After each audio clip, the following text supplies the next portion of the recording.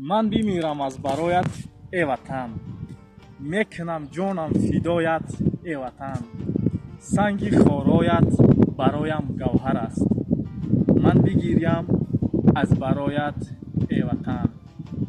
کوههای سربلندت لاله‌زار، آبهایت همچو خلبت بی‌غبار. مردمانت صافدل و خاکسار، چهار فصلت می نماید چون بهار. السلام علیکم دوستانی عزیز، عین حال ما قرار داریم در ناحیه نورآباد، دهه حکیمی، قشلاق دوکک.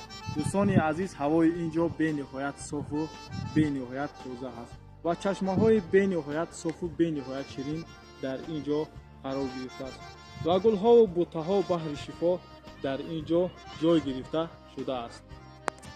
کوه های سربلند و چشمه های با صفا دارد نورآبادم. گل ها و بوته ها بحر شفا دارد نورآبادم. مردمان صاف دل و خاکسار دارد نورآبادم. نور دارد دهه من این دیار حکیمی، گل دارد بوته دارد این دیار حکیمی.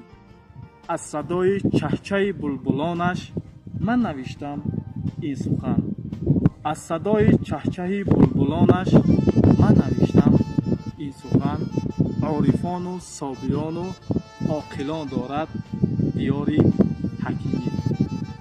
تا بازی دوستان عزیز، خدا یار و مددگار.